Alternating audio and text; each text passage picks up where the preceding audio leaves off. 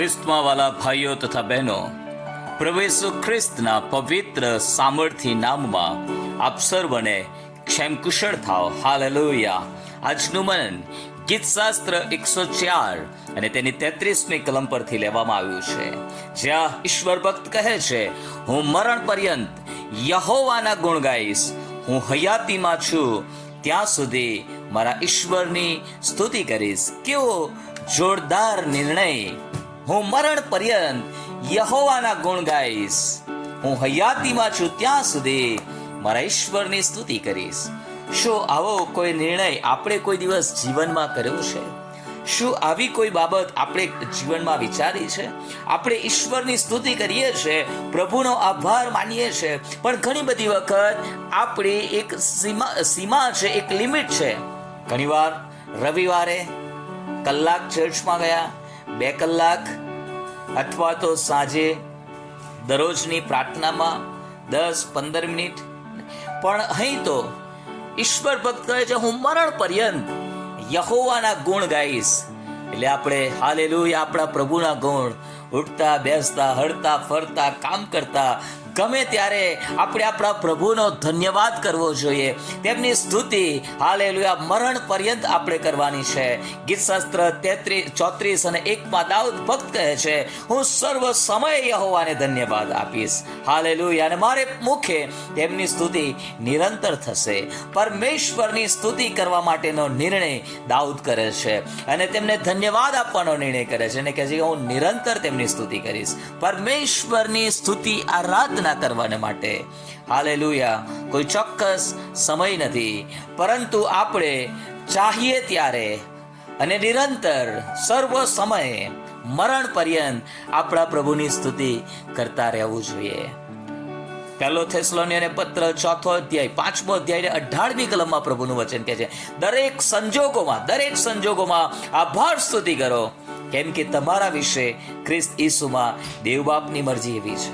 હા, આપણે સારા પ્રસંગોમાં ઘણી બધી વખત ભજન મંડળી બોલાવીએ, આભાર માનીએ, પણ ઘણી બધી વખત એવું પણ બને કે એ ભજન મંડળીમાં, એ આભાર સ્તુતિની મિટિંગમાં એ બીજી બધી જ બાબતો થાય, પરંતુ જે રીતે ખરેખર ઈશ્વરનો આભાર માનવો જોઈએ એ રીતે આપણે ના માની શકીએ. એ રીતે આપણે આપણા જીવન દ્વારા, આપણી સાક્ષી દ્વારા આપણે એ પ્રગટ ના કરી શકીએ કે કેવી રીતે પરમેશ્વર મારા માટે, મારા કુટુંબને માટે, મારા પરિવારને માટે પ્રભુ ભલા છે. હાલેલુયા. આપણા જીવન માટે પરમેશ્વર બહુ ભલા છે. તેમણે ઘણા બધા ઉપકારો આપણા જીવનમાં કર્યા છે. હાલેલુયા. તેમની સ્તુતિ કરવાની છે, આભાર માનવાનો છે. અને ઘણી બધી વખત પ્રભુનું વચન કહે દરેક સંજોગોમાં, એટલે જ્યારે પ્રભુ આપણને આશીર્વાદ આપે ત્યારે જ નહીં, પરંતુ જ્યારે પ્રભુ આપણું ઘડતર કરવા માટે આપણને ખેદજનક અનુભવોમાંથી લઈ જાય ત્યારે પણ આપણે આપણા પ્રભુની સ્તુતિ કરવાની છે, તેમને મહિમા આપવાનો જ છે. હાલેલુયા. ગીતશાસ્ત્ર 63 અને તેની 3જી કલમમાં ઈશ્વર ભક્ત એવું કહે છે, કેમ કે તમારી કૃપા જીવન કરતા ઉત્તમ છે, કેમ કે તમારી કૃપા એ જીવન કરતા ઉત્તમ છે. મારા હોઠો તમારી સ્તુતિ કરશે. કેટલો જોરદાર નિર્ણય કરવામાં આવેલો છે, મારા હોઠો તમારી સ્તુતિ કરશે. અને આગળ એ કહે છે કે હું આવી રીતે મરણ પર્યંત તમને ધન્યવાદ આપીશ. હું તમારે નામે મારા હાથ જોડીને ઊંચા કરીશ. પ્રભુને આભાર માનવાનો, પ્રભુની સ્તુતિ કરવાની. વાલાઓ, હાલેલુયા. પરમેશ્વરનું વચન આપણને ફરીથી ફિલિપીઓને પત્ર 4 અધ્યાયને 6મી કલમથી આગળ 7મી કલમમાં જણાવે છે. હાલેલુયા. કશાની ચિંતા કરશો નહીં, પણ પ્રાર્થના, વિનંતીઓને આભાર સ્તુતિ સહિત તમારી અરજો દેવને જણાવો. આપણે પ્રાર્થનાઓ કરીએ ત્યારે પણ આપણે આપણા પ્રભુનો પુષ્કળ આભાર માનવાનો છે. તેમણે આપણને જીવન આપ્યું છે. જીવન તથા ભક્તિભાવને લગતા સઘળા આશીર્વાદો તેમણે આપણને આપ્યા છે.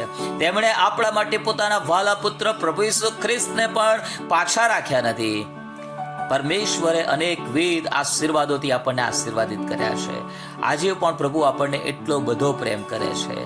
તેમણે આપણને નામ લઈને બોલાવ્યા છે. આપણે તેમની દ્રષ્ટિમાં ખૂબ જ મૂલ્યવાન છે. હાલેલુયા. તે આપણને હાલેલુયા સવાર, બપોર, સાંજ 3 ટાઈમનું ભોજન આપે છે. સારા વસ્ત્રોથી આપણને હાલેલુયા વેષ્ટિત કરે છે. હાલેલુયા. પરમેશ્વરે આપણને અનેક આશીર્વાદો આપ્યા છે. આપણામાંનું એવું કોઈ એ વ્યક્તિ નથી જે એવું કહી શકે કે પ્રભુએ મારા માટે કંઈ જ કર્યું નથી. હાલેલુયા. પ્રભુ તો રોજ આપણા બોજાઓને ઊંચકીને ચાલે છે. રોજ આપણી સહાય કરનારો પરમેશ્વર છે. તો આવા જીવિત પરમેશ્વરની આરાધના નિત્ય કરીએ. આવા પરમેશ્વરની આભાર સ્તુતિ નિત્ય કરીએ. પ્રેરિત પાઉલ એ જેલમાં હોય છે, ત્યાંથી પણ એ મધરાત્રે પ્રભુની સ્તુતિ કરવાનું ચાલુ કરે છે. મધરાત્રે તે ગીતો ગાઈને પ્રાર્થનાઓ કરે છે અને પ્રભુ ત્યાં મિરાકલ કરે છે. તમારા જીવનોમાં તમારી પરિસ્થિતિઓ જ્યારે બરોબર ના હોય, સંજોગો તમારી વિરોધમાં હોય, ત્યારે પણ પ્રભુની સ્તુતિ કરવાનું ચાલુ રાખજો. પ્રભુને મહિમા આપવાનું ચાલુ રાખજો. કેમ કે પ્રભુની સ્તુતિ કરવાથી, આરાધના કરવાથી આપણને આનંદ મળે છે. દેવ બાપનો મહિમા થાય છે. Hallelujah, hallelujah. ઓ પ્રભુ, આ વચનો સમજવા માટે હાલેલુયા તમને કૃપા પૂરી પાડો. પ્રભુ તમારા જ્ઞાન ચક્ષુને પ્રકાશિત કરો. પ્રભુ તમારી સહાય કરો. પ્રભુ સિયોનમાંથી તમને આશીર્વાદિત કરો. અને આ સમયે તમારા ઘૂંટણો ટેકવીને તમે પ્રભુનો, દેવ બાપનો આભાર માનો, તેની સ્તુતિ કરો. Hallelujah. God bless you. God bless.